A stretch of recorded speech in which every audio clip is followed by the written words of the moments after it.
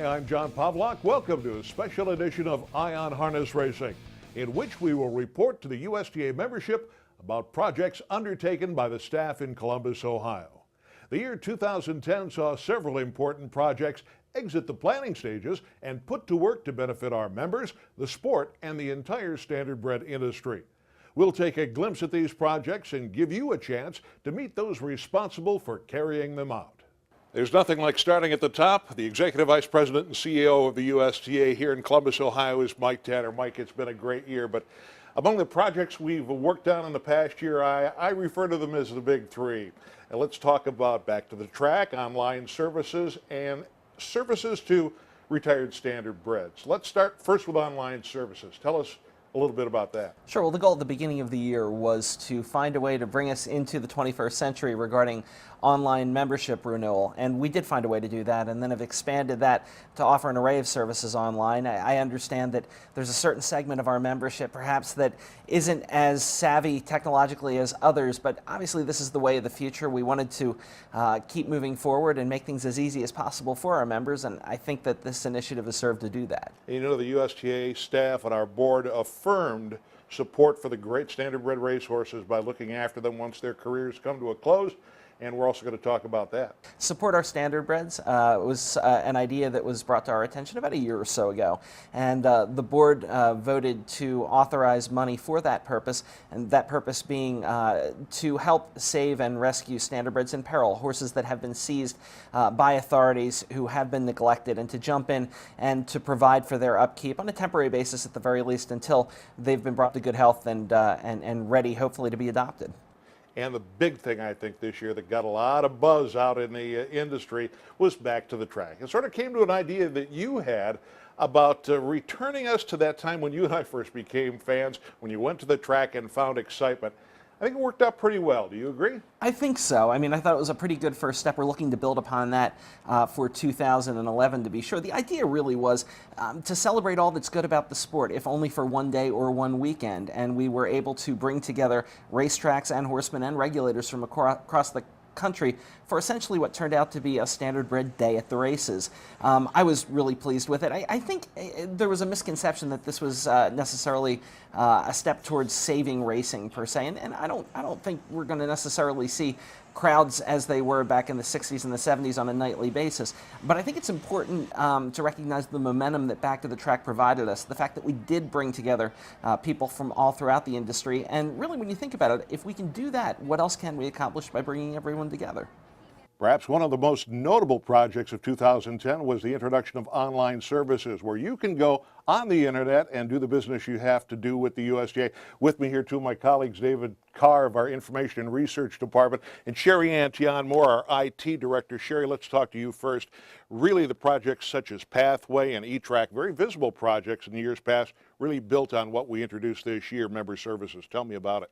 Yes, this gave us an opportunity to go through all of our computer systems. Over the past 10 years or so, we've developed quite a few, and a customer could have individual logins with us, sometimes numbering 5 to 6 different logins. Online services gave us a way to let them be one person to the USTA. Using their one membership number, they can now create an account, get logged in, and then have access to all USTA services. We're very excited that it's membership renewal to start with, but we can also do eligibilities. We have Hoofbeats Direct has been included, all of the Pathway services, Raceway Lite, a lot of these things that we've already had in place, we've now got folded up into one single membership. So it was a very big project for us, and we're very excited about how it streamlines things for our members. David, our new online membership product has had an impact on a tried and true product here at the USTA, Pathway. Absolutely so. And actually, the USTA since 2001 has offered 2 internet-based information services. Pathway, which is the official service of racing and breeding information for the standardbred industry, and the more limited Raceway Lite. This year, Pathway and Raceway Lite are being merged together, and the benefit to our customers is that for the first time, Pathway is going to incorporate the very attractively formatted eligibility report. In terms of online services, Pathway is moving into online services. And the benefit to Pathway customers is they'll be able to add funds to their account, change their account information, and check on the status of all USTA products. We're in the USDA's customer service department, where I think things are a little quieter these days, and that's because we've gone to online customer service. With me, Mickey Stiers, our customer service manager. Mickey, this new process for people to go online and update memberships or whatever they need to do has really been positive for the members, has it not? Absolutely. We've heard a lot from our members, and this is what they wanted and this is what they got. Setting up the account, that was a little bit of a learning process for some of our members. They were able to call us. We were able to walk them through setting up that account.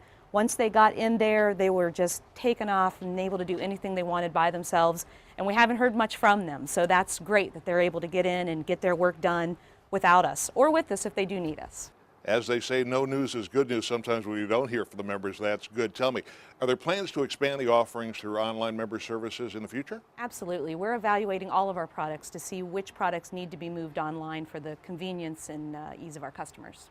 Of course, one of the key parts of putting together Back to the Track was contacting all the USDA member tracks. That job fell to T.C. Lane, our Director of Officials. T.C., one of the good things about Back to the Track is there was great participation.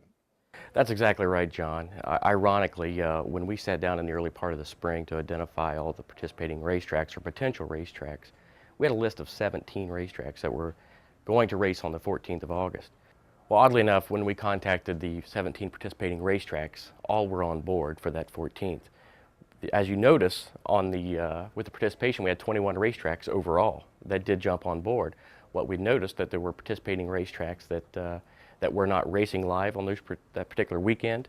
They had petitioned their respective racing commissions and requested that they be part of the program that was put on by the association. TC, of course, you point out that we had 100% participation from all the tracks that were racing at that time. I think that's great. It shows how important this promotion was to the entire industry. Absolutely. If you were to define the promotion as a whole, I would have to use it as one word. That would be cohesive. It's probably the first time that I can remember that all entities or all facets of the industry got on board, whether it be through the racing commissions, racetracks, as well as the Horsemen's Association, to accomplish a task such as Back to the Track weekend. The best time every month for me is when my Hoofbeats issue arrives on my desk. I hope that's a big day for you each month. The executive editor, the interim executive editor, I should say, is TJ Burkett. And TJ, even though that magazine comes each and every month, there are some changes being made in its content. First of all, it seems to be coming at a little different time. Yeah, we made sure that the magazine gets out to everybody at the first of the month. So we've pushed back our publication date and our deadlines so that everybody can get the magazine right at the start of the month instead of getting it later on. Little change in content too. I'm seeing a little bit more about smaller stables. Yeah, Hoofbeats has always been for the readers. Now, after some feedback I've gotten, we're going to make it by the readers. So I've gotten a lot more reader-submitted stories, people who aren't professional writers. I want them to tell me their stories about their stables, their favorite horses.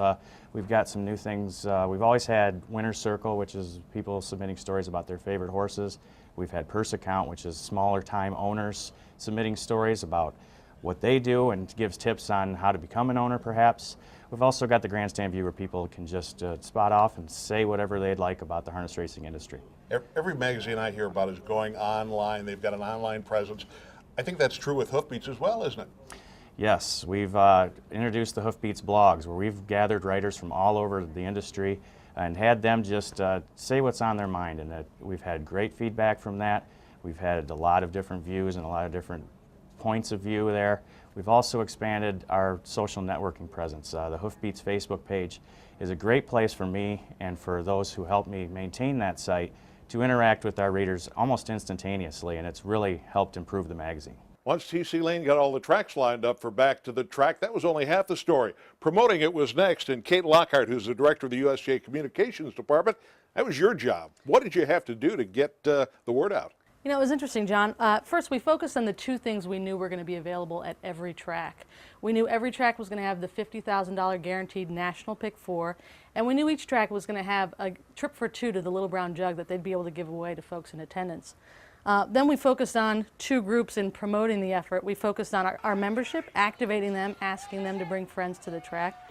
And we also focused on lapsed fans, those harness handicappers who are now betting at home or who may have moved their action over to the thoroughbreds. We tried to get them to come back to harness races for the night and to see what it was that they were missing. To do that, we use a number of different methods, some classic, some new. We use print and online advertising. We also use robocalls, direct mail pieces. It was really an effort that we went all out on a blitz with this. And I have to say the feedback from our member tracks has been great. A majority of them saw an increase in handle and attendance, so we consider it a success. Janet Terhune is the registrar at the U.S. Trotting Association, who's not only concerned with horses being newly registered. Janet, we have a new thing called the Pleasure Horse Registry at the USTA. Tell me about it. Well, in response to the unwanted horse situation, we are developing a way to increase a horse's useful life and help him find a second career while respecting the members' desire that the horse not be raced or bred. And to that end, an owner can convert a registration to a pleasure registration, and that horse can enjoy a second career in many disciplines other than racing. They could do it at no cost, right? There is no fee to convert to a pleasure registration, that's true. Yet another program for standard breds is adopted from the American Quarter Horse Association. It's called Full Circle. What's up with that? Well, that allows parties from a horse's past to connect to that horse in the event the horse becomes unwanted. And it can be any party associated with the horse. It can be an owner, a breeder, a driver, a trainer, a caretaker, or even a fan. And we would connect that person to that horse in our database. And he would be contacted in the event the horse becomes unwanted. The USTA has yet a third program for older standard breds. Very important to us. It's called SOS. Support Our Standard Breds. Ellen Harvey is Director of Harness Racing Communications, and she talked about that. SOS, Support Our Standard Breds, was launched in May of 2010. SOS provides financial assistance to abused, neglected, or abandoned standardbreds taken into custody of animal welfare authorities through legal intervention. This is a population of horses for whom there has been no historical industry advocacy and who are often placing great stress on local animal control authorities. To date, SOS has helped those authorities provide for 19 horses whose care has fallen to a criminal level or who have been abandoned. The U.S. Trotting Association invites your comments on these projects and about any aspect of our services. Simply contact us by writing to customer service at ustrotting.com or by calling 877-800-USTA. And keep up to date with what's happening at the USTA by visiting ustrotting.com. or the web page dedicated to our members, members.ustrotting.com. I'm John Pavlak saying thanks for watching this special edition of Eye on Harness Racing.